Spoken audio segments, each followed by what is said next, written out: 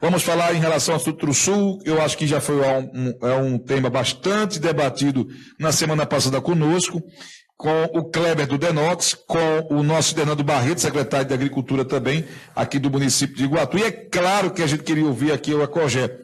Trusul, finalmente, como é que está a situação dele e que nós podemos esperar até o final do ano? Boa noite, Alex. Boa noite os seus seguidores aí nas redes sociais, no rádio, né, através das emissoras. Então, Alex, obrigado pelo convite, né, para a gente estar aqui falando justamente de um assunto que é prioridade hoje, né, no município de Iguatu, mas não só aqui, como também no estado todo, é a questão da água. Então, Alex, hoje o Trusul, ele encontra-se com em torno de 16 milhões de metros cúbicos, certo?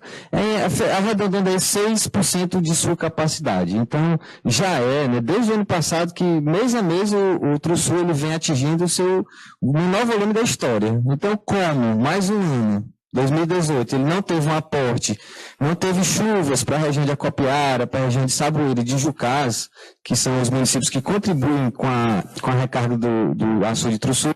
Como o aporte foi muito baixo, o menor da história, o pior da história, esse ano ainda foi pior do que o do ano passado.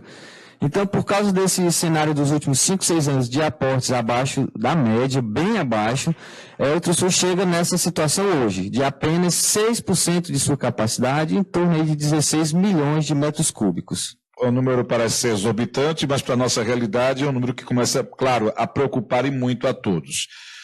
Nós observamos na semana passada a informação que o Kleber nos trouxe, que mesmo com esse aporte pequeno, carros-pipas voltaram a retirar águas do açude Trusul.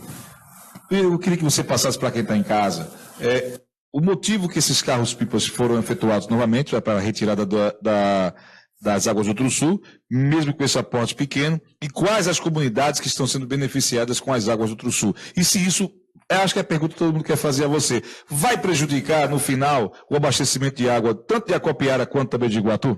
Pronto, Alex, isso é uma pauta importante, como você falou bem, a questão dos carros-pipa, ela prejudica mais a questão visual. Né? Então, assim, o que eu quero dizer com isso? A população, quando vê um monte de carros-pipa se dirigindo para um determinado açude, tem a impressão que vai secar aquele reservatório.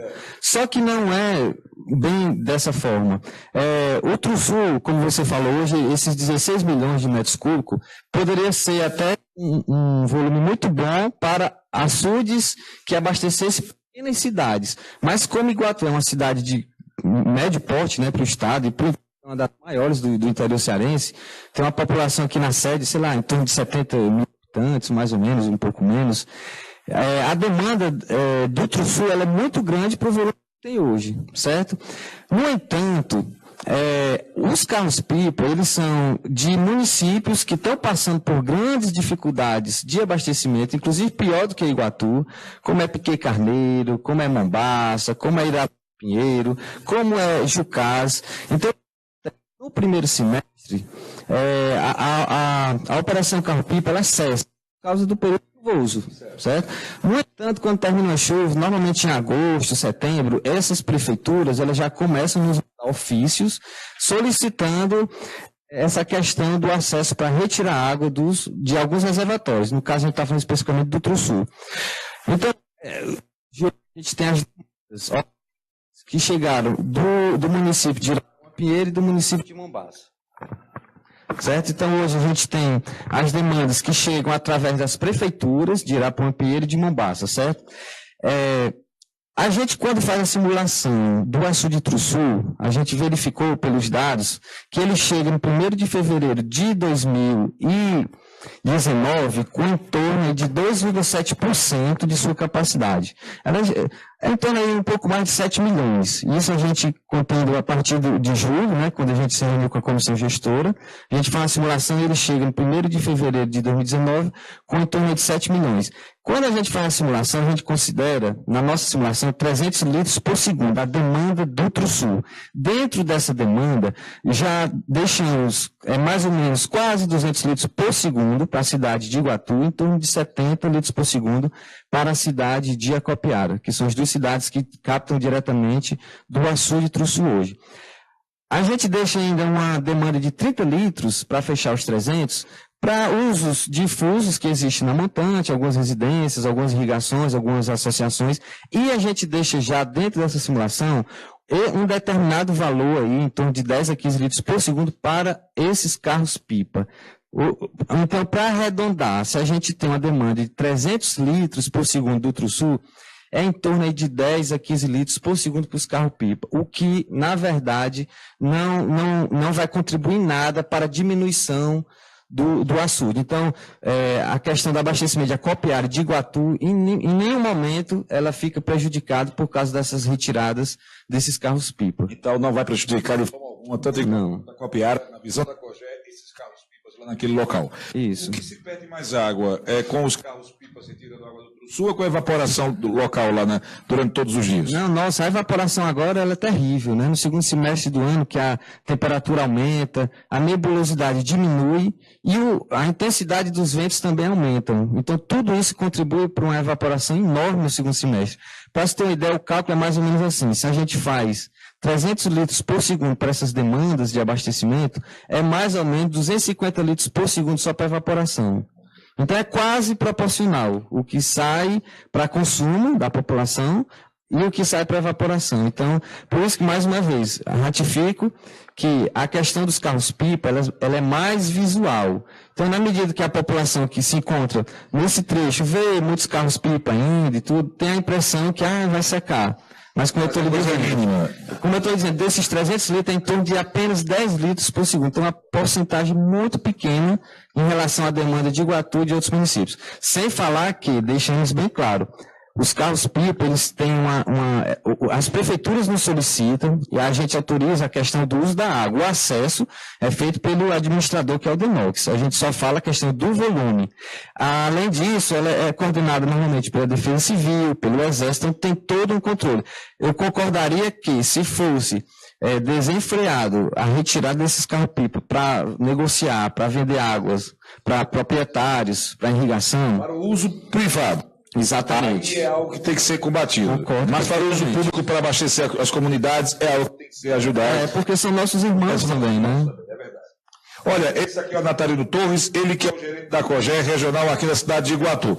Natalino, em relação agora às perspectivas, eu sei que você, junto com o Comitê das Águas, junto com o SAI também, junto com a Prefeitura de Iguatu, tenho certeza que a partir de agora, com um acompanhamento um pouco mais efetivo do próprio Ministério Público também, estão pensando em como trabalhar para que não possamos ter uma crise hídrica, um colapso, tanto na cidade de Iguatu, quanto também em Acopiara.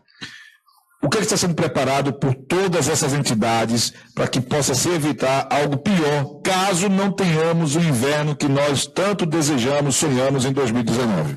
Pronto, Alex, no que diz respeito a gente da COGE, a única coisa que a gente pode fazer e dizer para a população é que a COGE recentemente, agora em junho, a gente começou um estudo hidrogeológico da bacia sedimentar de Iguatu, que a gente sabe que a gente tem potencial de aquífero, de águas subterrâneas aqui no município. Então, a COGE já também vendo essa questão aí de uma futura crise hídrica aqui na região. A COGE iniciou agora em junho, né, contratou uma empresa terceirizada, inclusive... tem alguns carros dessa empresa aí, que é a Geoplan, com adesivo da COGE. E a gente até aproveita aqui a oportunidade que você tem a audiência, que uma das tarefas desse trabalho é fazer o cadastro de poços subterrâneos, de poços amazonas nos sítios, né, na região da zona rural.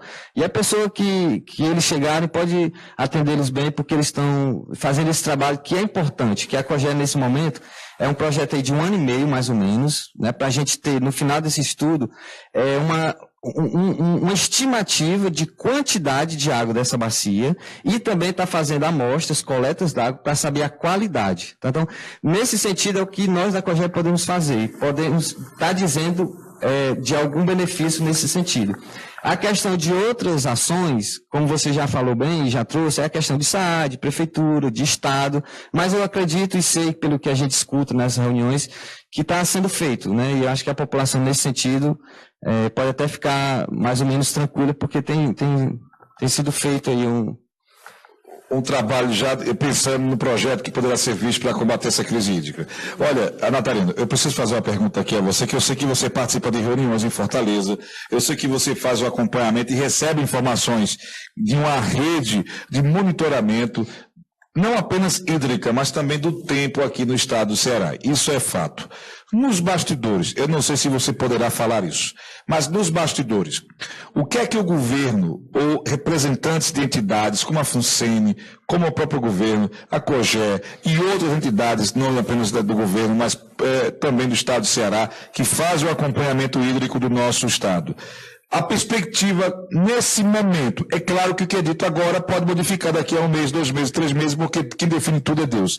Mas a perspectiva para 2019 é de que possamos ter um ano melhor do que foi esse ano, 2018, porque eu entrevistei na semana passada o representante da FUNSEMI, o Raul Fritz, o meteorologista, ele me disse que estava dando início de um El Niño novamente, todo mundo ficou meio preocupado, mas era o início, não quer dizer que vai acontecer. Mas nos bastidores, pelo que você acompanha, o que é que eles indicam? Que o ano de 2019 será um ano melhor, igual ou pior em relação às chuvas do que 2018? Pronto, Alex. Isso, por causa do cenário que a gente está vivenciando, é uma preocupação muito grande.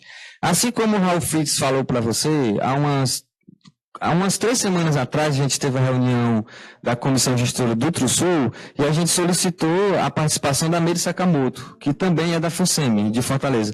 E ela veio nessa mesma linha de pensamento. Então, assim, o que eles falam é o que a gente também pode reproduzir nesse sentido, que a tendência agora de um aumento mínimo aí na temperatura do Pacífico e que isso indicaria para ano que vem aí o El Niño, como o Raul Fritz lhe falou e a Meire. Mas como eles mesmos deixam bem claro, isso é muito cedo, não é uma previsão, é apenas uma constatação ainda superficial, e que mais para frente, como sempre faz, no dezembro, janeiro, é que a FUNSEMI vem e solta, divulga junto à imprensa, uma nota oficial mesmo de como vai ser o período chuvoso. Então a gente está numa expectativa também, assim como a população, e torcendo que esse cenário ele possa mudar, porque a gente aqui da Bacia do Alto Jaguaribe, a gente como COGE, né, a nossa gerência regional é aqui em Iguatu, no entanto a gente trabalha em 23 sedes municipais, em 23 municípios, e a Bacia do Alto Jaguaribe hoje, das 12 bacias do estado, ela é uma das piores. Nos acompanha pela Rádio Jornal e também pela Guaçu CFM. A gente que agradece, Alex, obrigado, parabéns aí pelo projeto, você está chegando aí, vai longe, se Deus quiser. E só para finalizar a questão aí da população, vamos usar a água de forma consciente, porque depois que tiver algumas situações mais difíceis, a gente vai pensar que a gente gastou muito lá atrás. E porque quando acabar, acabou, e aí não tem mais o que fazer, né? Não tem mais que chorar o leite derramado. Exatamente. Essa aqui obrigado, boa noite. Natalino, boa noite para você, muito obrigado pela atenção mais uma vez.